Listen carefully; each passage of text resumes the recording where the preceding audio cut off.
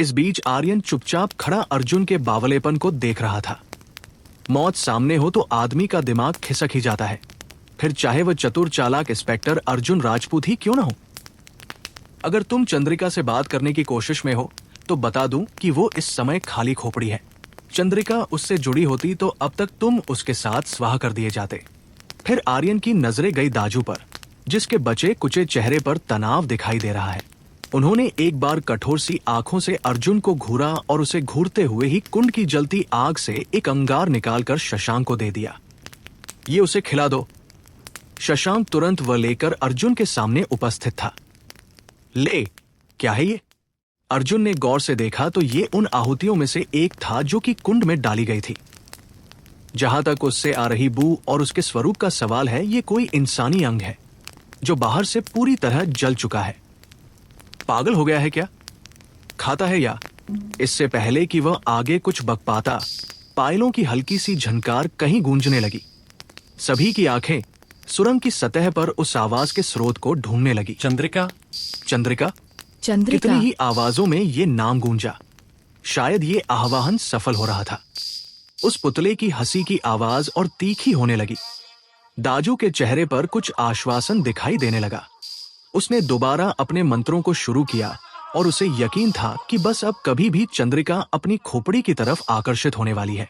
शशांक के लिए अब अर्जुन का वह आहुति खाना जरूरी नहीं रह गया था। इस चिता में कूदने की बड़ी जल्दी थी ना। अब काउंटडाउन शुरू कर दे।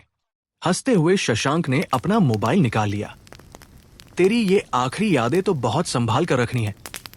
इतना टॉर्चर किसी ने नहीं किया था मुझे। अर्जुन ने अपनी कैद के बीच उस पर जितने भी घाव दिए थे, आज शशांक के उन सभी जख्मों पर मरहम लगने वाला था। उसने अपने मोबाइल का कैमरा ऑन किया और फोकस कर दिया अर्जुन की तरफ। अर्जुन ने उसकी इस बचकानी हरकत पर बस सिर झटक लिया। ये सुरंग दो जगह जलती आग के धुएं से धुंधलाने लगी थी। नकारात्मक मंत्रों की ऊर्जा से पूरा माहौल जैसे जहरीला सा होने लगा था। वर्धन और टिम के साथ समर्थ भी बेचैन दिखने लगा था और अर्जुन उस खोपड़ी को थामे बस यही दिमाग लगा रहा था कि किसी तरह उसे एक मौका मिल जाए। और ये हो गया। पायल की वो झनकार कुछ देर गूंजने के बाद आखिर शांत हो गई। कोई नहीं समझ पाया कि चंद्रिका कहाँ है। खुद दाजू की वो उल्लू जैसी गोल आंखें पूरी गुफा को तलाश रही थी कि वो अपनी सिर के ऊपर छत पर अटक गई। चंद्रिका वहीं इस गुफा की छत पर उल्टा चलती हुई बीचों बीच आकर ठहर गई थी। दूसरी तरफ अर्जुन के हाथों में वो खोपड़ी अभी भी उतनी ही शांत है। चंद्रिका आ चुकी है लेकिन इस खोपड़ी में नहीं। ये कैसे हो सकता है? अचानक दाजू, बचाओ दाजू, ये क्या हो रहा है? अरे ये बचाओ। कोई बचाओ मुझे। ये क्या हो रहा है? कई तरह की चीखों के साथ आह्वान कर रहे सभी लोगों के शरीर ऐंठने लगे। वो भीड़ दर्द से बिलखने लगी। उनके अंग अपने आप ही पीछे की तरफ मुड़ते जा रहे थे और वो जरिया नजर नहीं आ रहा था जो ये सब कर रहा था। वाओ, ये नजारा तो रिकॉर्ड करने लायक था। वर्धन के बदन ने जोर से झुरझुरी ली। टिम की भी आंखें ये देखकर फट गई थी। उसे हमेशा से पता था कि चंद्रिका कोई साधारण आत्मा नहीं है, लेकिन वो इतनी खतरनाक होगी कि एक आह्वान के बीच आकर भीड़ को अस्त व्यस्त कर दे।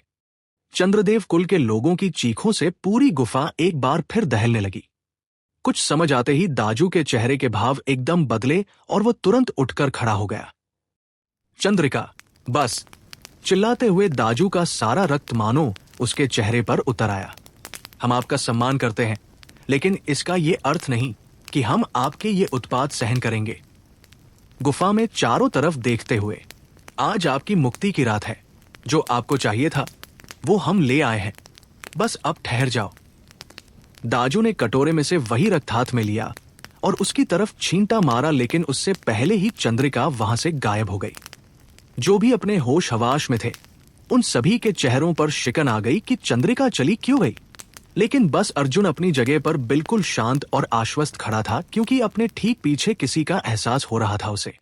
और फिर उस खास सुगंध को भी वो कैसे भुला सकता है? कुमार। सर्द हवा की सरसराहट जैसी वो पुकार उसके कानों पर कंपन कर गई। अपनी सीध में देख रहे अर्जुन के आंखें मुस्कुरा गई। वो उसके पीछे ही थी, धुएं की महीन झिल्ली के पर्दे से बाहर आती हुई। अपने उसी खूबसूरत स्वरूप में। अर्जुन को पलटकर उसे देखने का सौभाग्य ही नहीं मिला। एक किरण, एक तेज झोंका सा उसके पास से गुजरा और दाजू का सिर सीधे कुंड के ऊपर पटका गया। उसकी कराह के साथ ही सबकी आंखें भय से बंद हो गई थी और जब खुली तो सबने देखा कि कुंड में जल रही वो आग बुझ चुकी थी। अर्जुन ने भी तुरंत शशांक से अपनी रिवाल्वर झपटी और बिना कुछ सोचे समझे सीधे उसके पैर पर गोली दाग दी। शशांक की चीख के साथ ही मानव और आर्यन के तीरों का रुख अर्जुन की तरफ घूम गया। अर्जुन को उसी स्थिति में ठहर जाना पड़ा। मार मानव! पीछे से शशांक अपने जबड़े भींचता चिल्ला गया।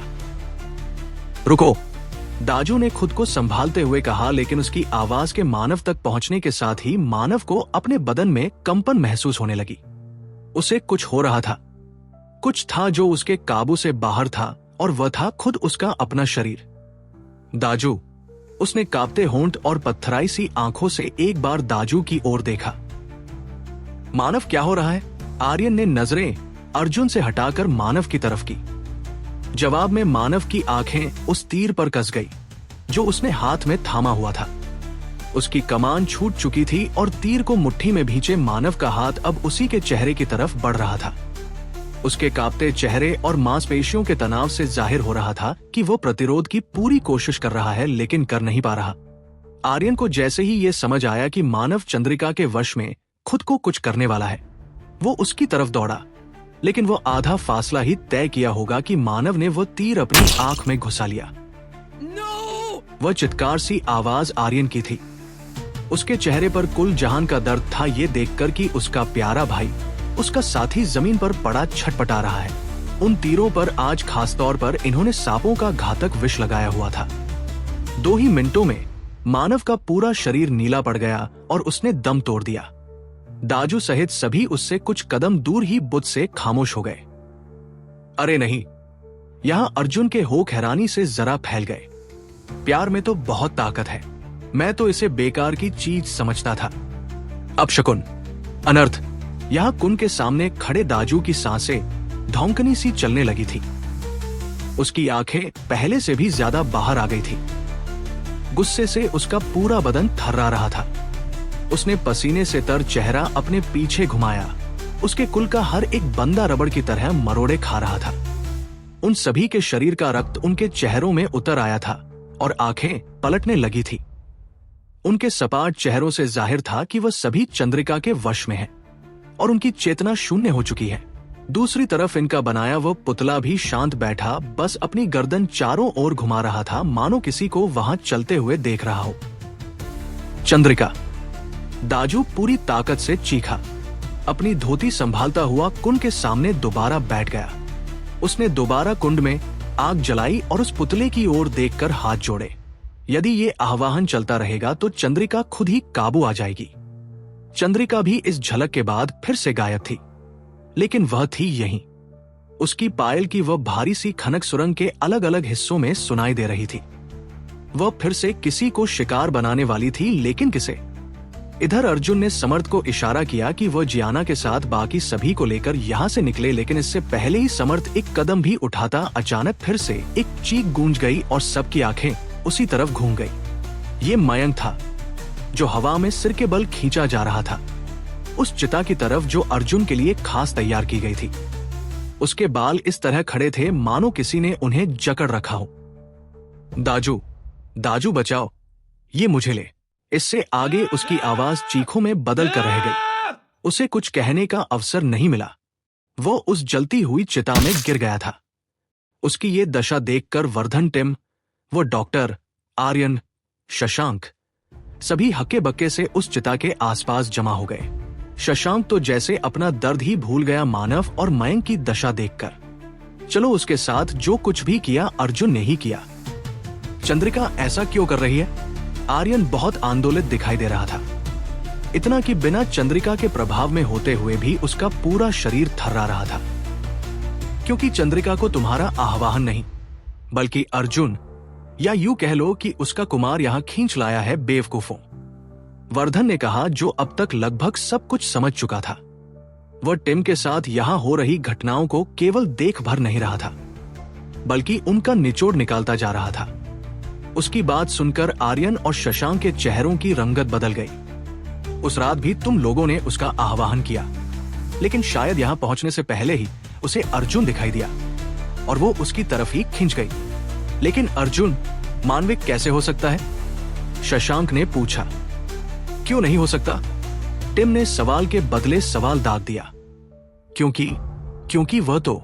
अचानक शशांक ठहर गया। उसका यूं ठहर जाना बता रहा था कि वो अब भी कुछ छुपा रहा है। वो भी तो मारा गया था ना।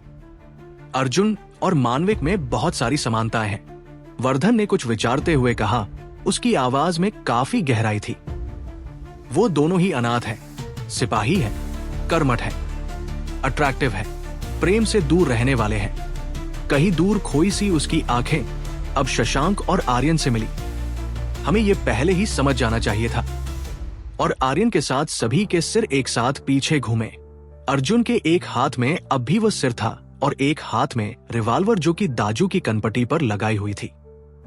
ओ हेलो, बस बहुत हो गया आह्वान, बंद कर ये सब, अर्जुन ने कहते हुए लात मारकर वहां घी से भरा एक बर्तन उस पुतले की तरफ उछाल दिया। पल भर में वो पुतला उस पिघले घी से नहा गया और बस गोली दागने की देर थी कि वो भभक उठा। पागल हो गए हो तुम इंस्पेक्टर?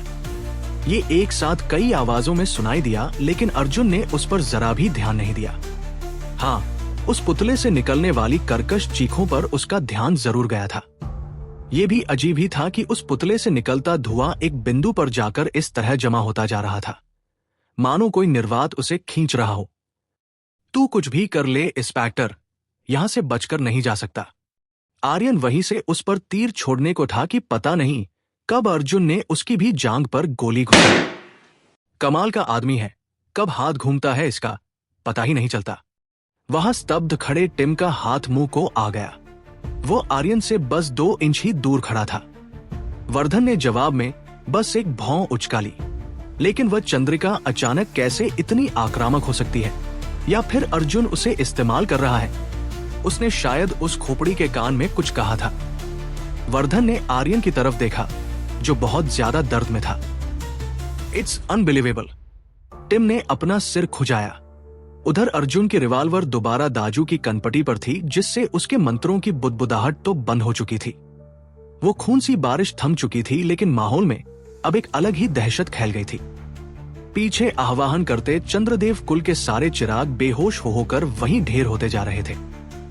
आप बहुत बड़ी त्रुटि कर रहे हैं कुमार। ये आह्वान और ये क्रिया पूरी हो जाने दीजिए, वरना इसका परिणाम सभी की दर्दनाक मृत्यु निश्चित है। उसकी आंखें जमीन पर सिकुड़ते हुए गड्ढे पर टिकी थी। यही वह रास्ता था जिससे माई को वापस भेजा जाना था। इसके पूरी तरह बंद होने से पहले माई को नया वाहक देना जरूरी था। अमावस्या का वह मुहूर्त बीतने को है। अर्जुन ने उसकी बकवास को एक बार फिर नजरअंदाज कर दिया। वर्धन, टिम, तुम जिया को लेकर यहां से निकलो। लेकिन तू? वर्धन और टिम उसके पास आए। अर्जुन ने बस नजरें फेर ली। हम सभी सेफ हैं, अब हमें निकलना चाहिए। वर्धन अधीर दिखने लगा था। ये सब खत्म किए बिना कैसे निकल जाऊं? अर्जुन ने आंखें कसकर बंद कर ली। क्या हमने सिर्फ इसीलिए इतनी दिक्कतें उठाई थी? भूल जाऊं कि विवान, समर्थ और जियाना के साथ क्या हुआ था, और वो सारे हादसे जिनमें पता नहीं कितने लोग मरे और आगे भी मरेंगे। वर्धन और टिम एक दूसरे का मुंह देखने लगे। अर्जुन ने बढ़कर वर्धन के कंधे पर हाथ रखा। मैं इन लोगों को इस तरह छोड़कर नहीं आ सकता। आज अगर मैं यहां से डरकर भाग गया तो अंजाम तुम्हें भी पता है। तो फिर तुरंत इस खोपड़ी को आग में डालना होगा। टिम ने कहा, इससे कम से कम चंद्रिका तो मुक्त हो ही जाएगी। फिर हमें केवल जियाना को यहां से लेकर निकलना होगा। अर्जुन को ये बात सही नहीं लगी। उसने आसपास देखा कि किस तरह चंद्रिका ने अपने ही कुल और उसके दुश्मनों के बीच हाहाकार मचाया हुआ था। पता नहीं अगर अर्जुन ऐसा कोई कदम उठाता है तो चंद्रिका की क्या प्रतिक्रिया होगी। सैकड़ों सालों से इन बेवकूफों ने इस सिर को संभाले रखा है, तो मुझे नहीं लगता कि केवल आग में झोंक देने से इसकी मुक्ति हो जाएगी।